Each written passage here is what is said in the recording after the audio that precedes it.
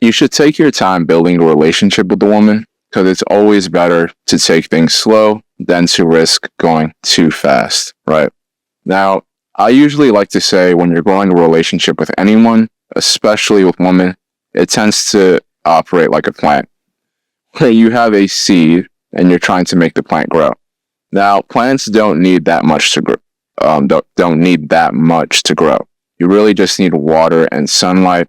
There's some plants where they need really specific circumstances to grow, but for the most part, plants just need sunlight and water.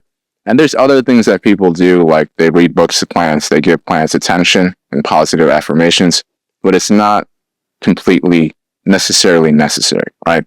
Plants don't need that many conditions to grow, but they do need time and they do need to be in good health, right? Just in the general sense. And they do need time to develop. Plants do not just grow overnight, right?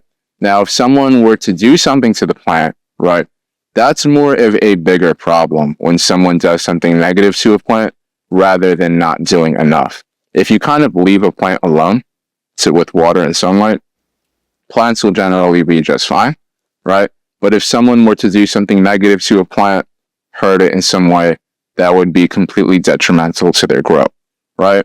So in the general sense, I like to view relationships and just developing connections with people in the same way, where if you kind of do something to rock the boat a little bit or try to rush things too fast or you try to do something that can hurt the plant, you're at risk of ruining a relationship with a person.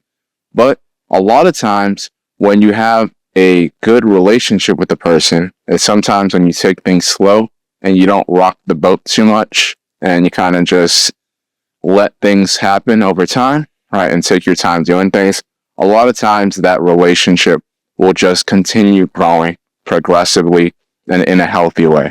And even if something is growing at a slower speed than most, or if it's going at a speed that's not, terrifically fast, right?